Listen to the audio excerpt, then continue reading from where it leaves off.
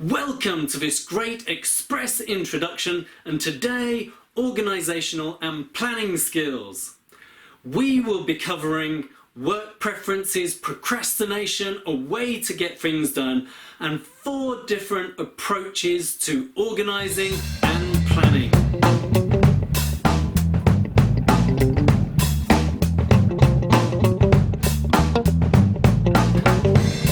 The benefits.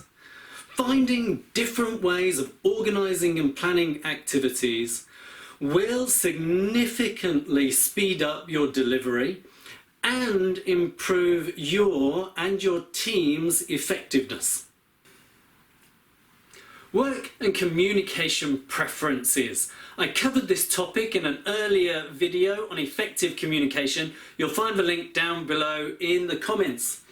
The same communication and working preferences apply just as much to the way that we like to organise and plan our work. First, the creative brain, very artistic, intuitive, big picture thinking. Second, the logical brain, very fact-based, clear numbers. The procedural brain, planning, organised, process-driven. And finally, the interpersonal brain, people, emotion and feelings. And each of these preferences have a natural way of planning their work. Now, we can't talk about getting things done without talking about procrastination, the biggest factor that stops us getting things done. You can imagine 2 monkeys sitting on each shoulder. The first, the procrastination monkey, the second, the panic monkey. Now, the procrastination monkey constantly whispers in your ears that, you don't need to do that action, it's not so important, it can wait, there are more fun or priority things to do.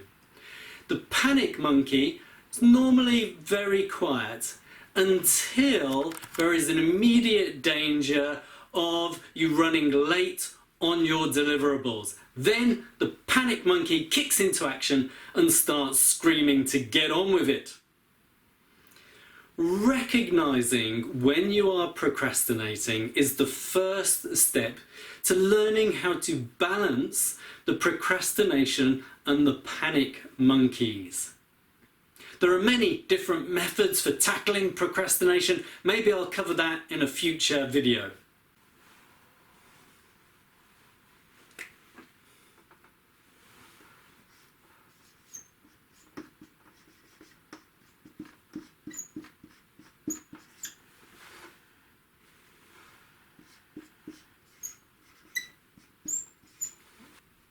How to. In the 1950s, one of the fathers of quality assurance, Edward Deming, came up with a simple cycle for getting things done and improving things. It's known as plan, do, check and act. First, plan. Plan the action that needs to be done. Second, do. Execute the planned action. Third, check, review the results. And fourth, act. Take action to improve the actions the next time around. This cycle has been built in as a principle into the Agile methodology, and you can see a video on that. We'll put the link in the description below. And now 4 different approaches to organising and planning. And let's start with the most natural planning preference of all, the procedural preference, and the most common project plan known as the Gantt chart, or also known sometimes as waterfall. A Gantt chart first of all describes the actions and the sub-actions listed down. Second, it identifies the responsible person to deliver that action. And thirdly, it determines the time frame over which that action should be completed.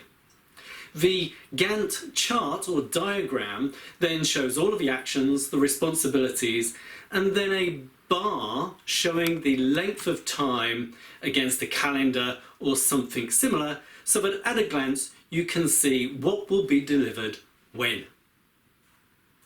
Next, we'll look at an approach for the logical preference. Here we can use force field analysis. Again, we list the actions, and then second, we look at the potential constraints, and then third, we look at the potential enablers. Constraints are those things that might slow us down to complete that activity. Enablers are those things that can accelerate the delivery and completion of those activities. This can be super useful when you have limited amount of time or resources to get things done. Now let's take a look at an approach for the creative preference, the mind map. It's a visual representation of information and can show how things are connected together. Start with a central theme and then work outwards with various topics in ever increasing levels of detail. There are many useful online tools available for creating mind maps that will also, at a click of the button, convert that mind map into a project plan and a Gantt chart. And I personally find this the best way to create detailed project plans by first brainstorming and creating a mind map and then converting it into a project plan. Finally, let's take a look at an approach for the interpersonal preference. Value-based planning, linking all of the actions to the values and the people involved. Starting with values. What values are we delivering towards? Second, standards. What are the ethical and quality standards and accountability that we need to meet? Third, goals. What are the desired outcomes we require? And fourth, knowledge. Who are the right people with the right knowledge to get the action done effectively, and who can we involve in collaboration? In summary, for organisational and planning skills, first, consider your monkeys, procrastination versus panic. Second, a way to get things done, plan, do, check, act. And third, choose a method that works for your preference. Gantt charts, mind maps, force field analysis, and value-based planning. And that was an express introduction to organisational and planning skills. Thank you very much for watching.